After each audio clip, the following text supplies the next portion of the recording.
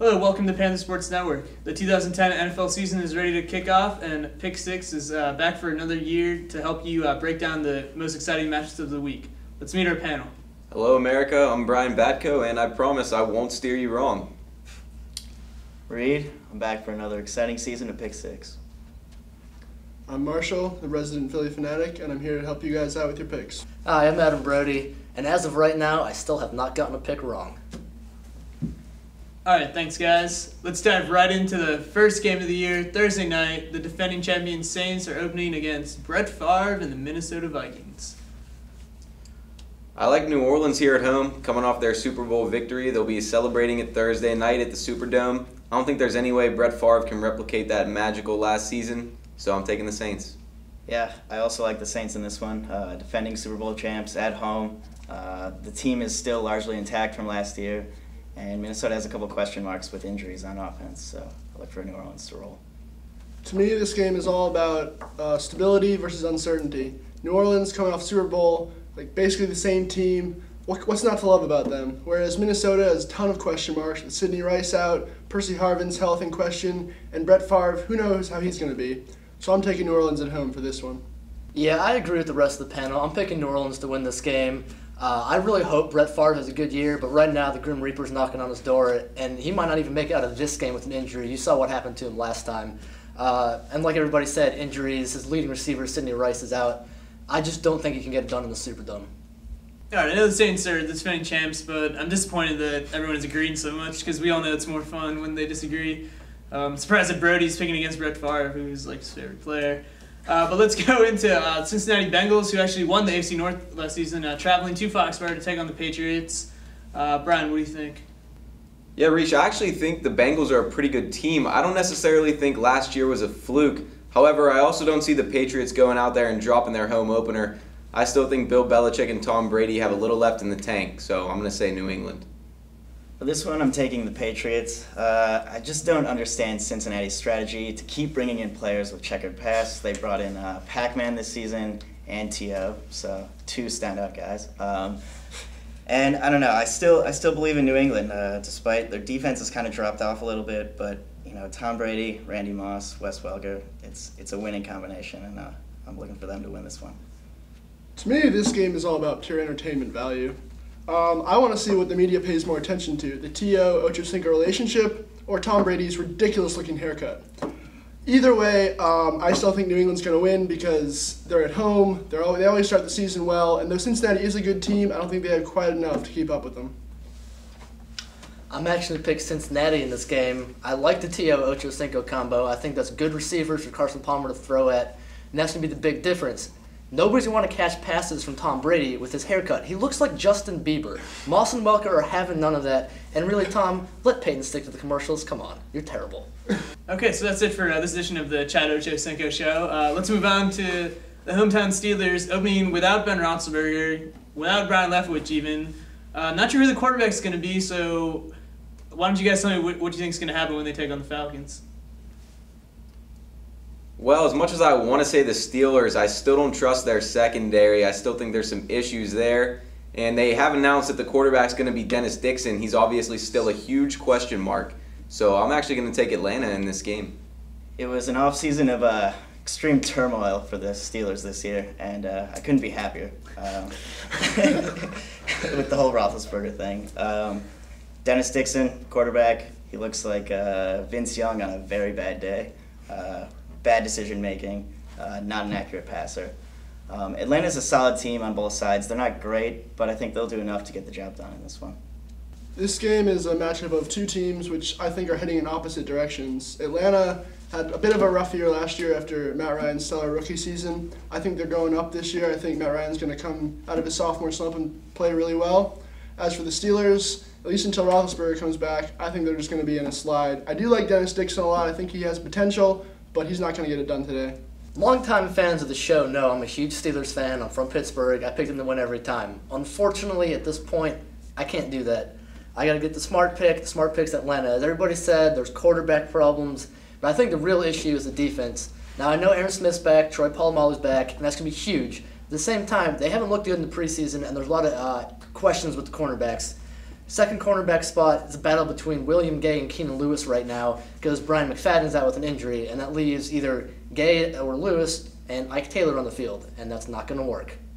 Well, Adam, I didn't know we had any longtime fans of the show, but if we did, then they would know that you're a big Steelers fan. All right, disappointed that no one's picking the Steelers, but not a surprise. Let's move on to see the Green Bay Packers, a fashionable Super Bowl pick this year. Traveling to Philly, the Eagles are starting the post-Donovan McNabb era. Let's see how that's going to start out. It should be an interesting matchup. Even though Green Bay's on the road, I'm not sold on Kevin Kolb. He still has a lot to prove, in my opinion. So I can't pick him over Aaron Rodgers and pretty good Green Bay defense in Week 1. I'm saying the Packers. Most people think that having home field advantage in a game is a good thing, but in Philly, it actually could be a bad thing this week. If Kolb starts off bad, especially with Mike Vick sitting on the bench, there could be a lot of shouts for him to be taken out. You know, he's unproven to this point. He didn't play well in the preseason. And Green Bay has looked good all preseason. Aaron Rodgers seems to have a good connection with his receivers. So I'm taking that in this one.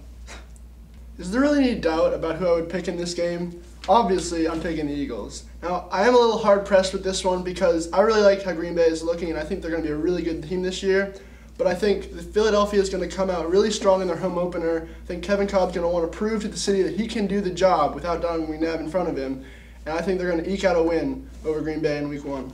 This game is going to be all about Philadelphia's inexperience. On their roster right now, they have 12 rookies, 5 players that were not with them last year.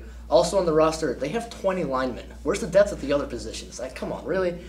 This game is going to be Green Bay in a surprising road blowout, I think. Okay, let's move on to Donovan McNabb's new home with the Washington Redskins, if he does play this week. They'll be welcoming Tony Romo and the Dallas Cowboys. Big rivalry game in the division. What do you guys think? I'm not as high on Dallas as most people, but I'm definitely not high on the Redskins. Despite the addition of Donovan McNabb, their offense doesn't scare me. I'm not impressed by their defense. I think the Cowboys dominate this one. Yeah, it's the same for me. I look at Washington, I see too many question marks on both sides of the ball. You got McNabb and Portis both picked up small ankle injuries during the preseason, and they're both injury-prone players who have missed a lot of time in their careers. Dallas is a good team. They've been good for a couple years now, and it's Romo in the regular season, so we know he can perform at least then. Everyone has been raving about the Cowboys all leading up to this season, and there have been like a fashionable Super Bowl pick, I guess, but I haven't been that impressed with them so far. I know it's only the preseason, but their offense has really been stagnant, and they haven't been able to get much done, and I think that's going to continue when they go to Washington. I think this one's going to be a really close game, and I'm kind of torn between who I want to pick here, but I'm taking the Redskins in the upset, and I think McNabb looks good in his opener. No matter how overrated the Cowboys may or may not be, they're still a better team than the Washington Redskins. To figure out what's happening in the future, we must look back at the past. Last year, when you compare the stats of the Cowboys and the Redskins, the Cowboys led them in every single stat. Yards gained, yards allowed, third downs gained, scoring, just everything. There's no way the Redskins are going to win in this game. All right, then, let's move on to the first Monday night game of the year. Baltimore Ravens traveling to the Hard Knocks team, the New York Jets. What do you think Rex Ryan and the crew have in store for us this week? This should be a great game on Monday night, matching two smash-mouth, grinded-out teams against each other. I'm excited for it. The Ravens just added another weapon in TJ Houshmandzadeh, but the Jets have been stockpiling talent since last season. I just think they're going to be too much for the Ravens. I think they're going to win a close one on Monday night. Jets. Yeah, I look for this one to be close too. I think the key for Baltimore in this game is going to be getting pressure on Mark Sanchez and seeing what he can do while he's running around back there. Baltimore, their offense is looking good. I look for Joe Flacco to keep getting better, and I like them in a tight one. Everyone's been really high on the Jets so far in the preseason, but I'm not sold. I don't think that Mark Sanchez really has what it takes to get them through the grind of the season, and especially not against this great Ravens defense. Never mind that the Ravens offense is just getting better and better as it goes on. So I'm taking the Ravens to upset the Jets on the road. Yeah, I mean, Revis is back, but there's only one Revis Island, and the Ravens now have 3 talented wide receivers. Houshmandzadeh, Bolden, Derek Mason. You can only cover one of them at a time. The game's still going to be really close. It comes down to, I think, it's going to be intangibles. The Jets, a lot of the players think Hard Knocks show has been a little bit of a distraction, so they're less focused. They've lost a bunch of veteran leaders this season, and I don't think the players can appreciate that much. They cut Faneca in the offseason, they cut Leon Washington in the offseason, and just recently they cut Lavernius Coles and Tony Richardson, who've been huge leaders in the locker room. Very unpopular move, and that could affect their performance on Monday night.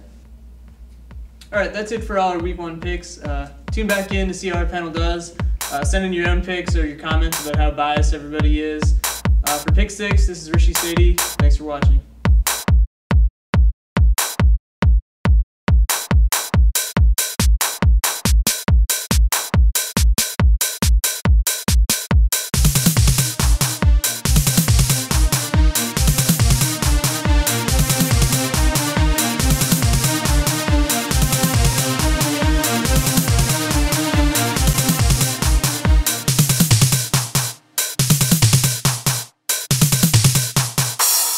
Panther Sports Network.